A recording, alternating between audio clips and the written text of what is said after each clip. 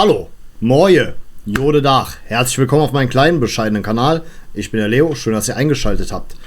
So, liebe Freunde, es geht wieder in ein neues FC-Wochenende. Ich hoffe, wir alle haben die letzte Zeit, beziehungsweise die letzten etwas mehr als 7 Tage genossen. Jetzt geht's wieder ans Eingemachte. Ja, letzte Woche im Pokal weitergekommen, in Berlin gewonnen. Das war wirklich eine Woche, die hätte man oder die sollte man wirklich genießen. Habe ich zumindest getan. Aber ja, jetzt geht wieder der klitzekleine FC-Nervenkitzel los. Ja, am folgenden Samstag geht es dann halt um 13 Uhr gegen die Spielvereinigung Fürth. So, jetzt wundert ihr euch sicherlich, warum im Videotitel Spielvereinigung Fürth drin steht, warum ich jetzt gerade auch schon wieder Spielvereinigung Fürth gesagt habe. Es hat folgenden Grund. Ich bin absoluter Traditionalist und da bin ich wirklich in manchen Dingen ein bisschen extrem, was das angeht. Und ja, dieser Verein, den ihr mittlerweile größtenteils unter dem Namen Greuther Fürth kennt, hat eigentlich eine deutlich größere Historie, als das manche glauben. Unter dem Namen Spielvereinigung Fürth wurden sie 3-mal deutscher Meister und das war in Zeiten vor der Bundesliga. Fürther Spieler haben zusammen mit Nürnberger Spielern lange Zeit lang einen Kern der deutschen Nationalmannschaft gebildet.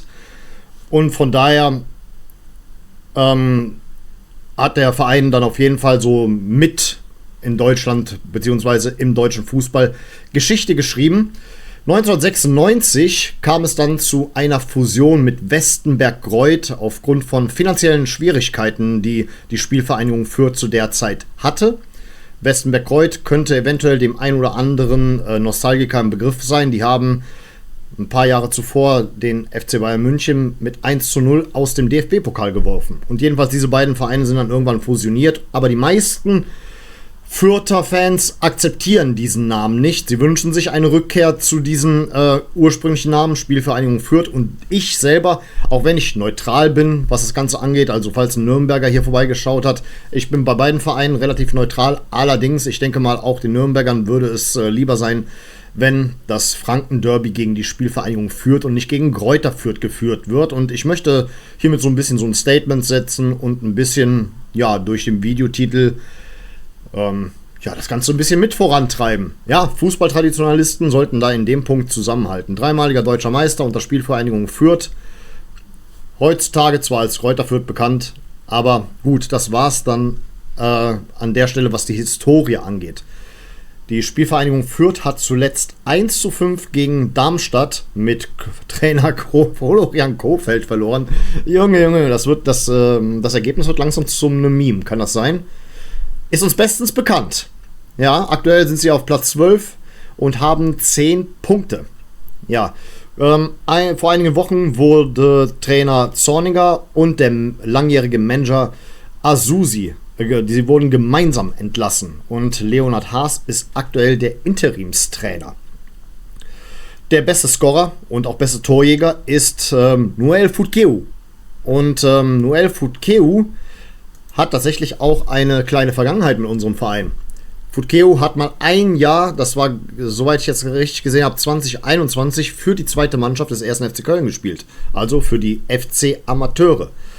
Deswegen ein alter Bekannter trifft auf uns. Ebenso auch gilt das für Tim Lemperle, der letzte Saison an die Spielvereinigung Fürth ausgeliehen war. Wie es aussieht, wird weiterhin Marvin Schwäbe im Tor stehen. Deswegen gibt es Stand jetzt kein Wiedersehen für Jonas Urbich. Es sei denn, es könnte zu einer Verletzung von Marvin Schwäbe kommen, denn das wurde schon im Prinzip so verlautbart. Ja, kommen wir doch mal kurz zu uns, denn heute fand die Pressekonferenz statt. Ja, man nimmt auf jeden Fall den Gegner ernst, das merkt man auf jeden Fall. Da ist aber eine Sache, die Gerhard Struber dann zur Personalsituation gesagt hat. Ich schaue mir das hier gerade an, was da steht.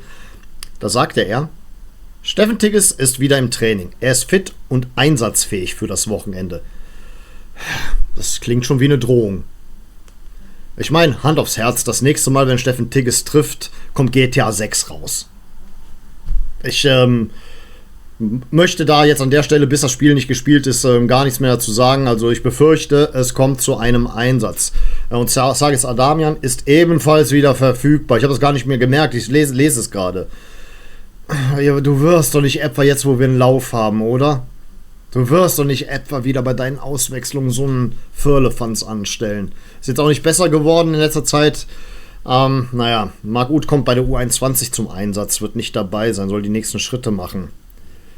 Ja, und ja, das übliche Blabla, von wegen Erkenntnisse aus den Erfolgen gegen Kiel und Berlin und so weiter. Siegen tut immer gut, sie haben uns Selbstvertrauen, Glauben und Hoffnung gegeben und so weiter. Ihr wisst schon, das Übliche, was da immer gesagt wird.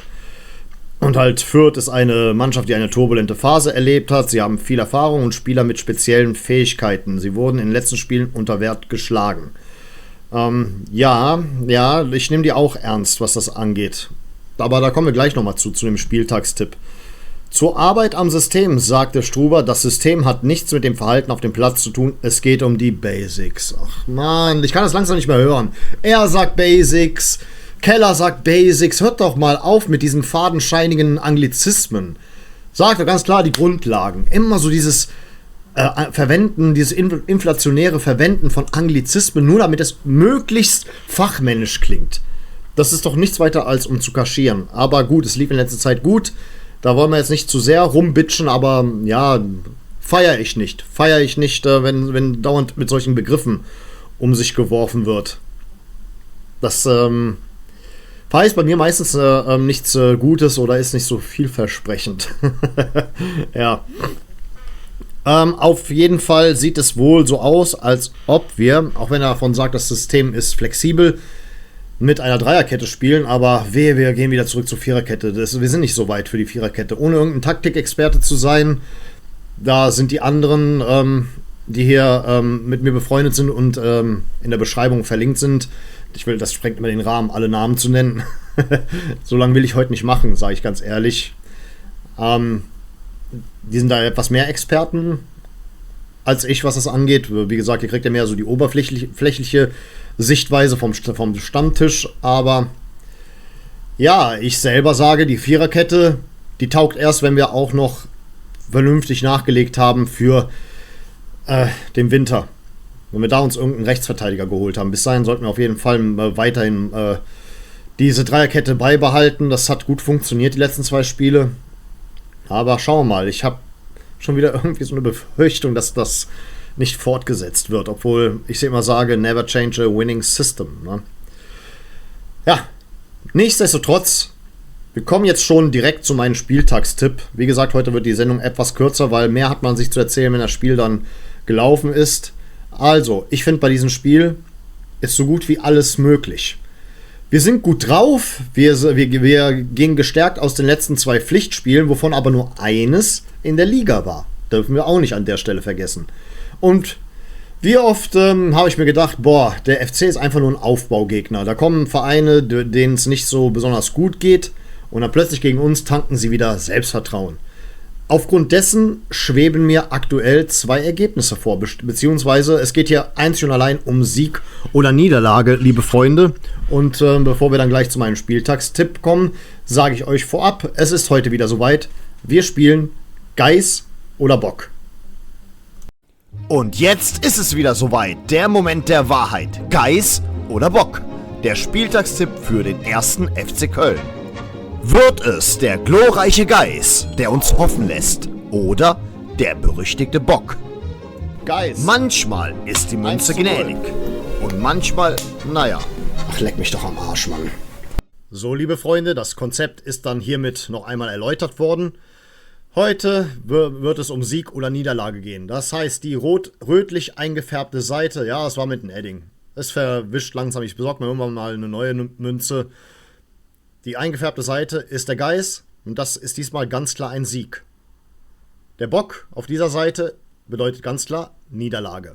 Von daher Geiß oder Bock.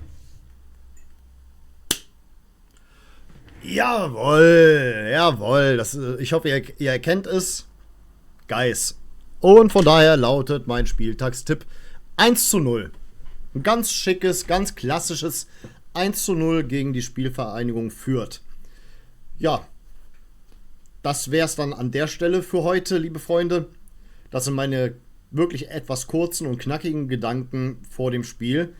Etwas mehr seht ihr dann am Wochenende nach dem Spiel. Wahrscheinlich nicht unmittelbar. Ach ja, ich habe gar nicht erwähnt, ich bin leider nicht da. Ich muss Samstag arbeiten. Das ist bei mir leider so, alle 4 bis 5 Wochen muss ich einen Samstag laut Dienstplan arbeiten und Samstag gibt keiner der Kollegen ab. Du kriegst einfach Samstag nie frei, wenn du auf dem Plan stehst. Und von daher ließ sich wieder nicht vermeiden. Wieso haben wir so wenig Sonntagsspiele? Ich liebe Sonntagsspiele. Ich habe gar nichts gegen Sonntagsspiele, weil da kann ich immer safe. 100%. Ja, aber halt auch diese Länderspielpause dazwischen, da befürchte ich auch schon wieder irgendwas. Ich würde auch sagen, falls es doch eine Niederlage wird, dann können wir uns auf was gefasst machen am Geisbockheim. Ich glaube, dann ist der Kredit aufgebraucht. Also klar könnte man jetzt sagen, hey, aber man hat zuvor zweimal gewonnen, aber ich weiß nicht. Irgendwas sagt mir, dass es dann soweit sein könnte. Und dann wird das wahrscheinlich so eine Doppelpack-Geschichte. Keller, wie auch Struber. Das prophezei ich, falls wir verlieren. Das sind jedenfalls meine Gedanken zu diesem Spiel. Ich bedanke mich recht herzlich für eure Aufmerksamkeit. Vielen Dank fürs Zusehen. Und dann würde ich sagen, auf Wiedersehen. Denn wir wollen uns doch wiedersehen.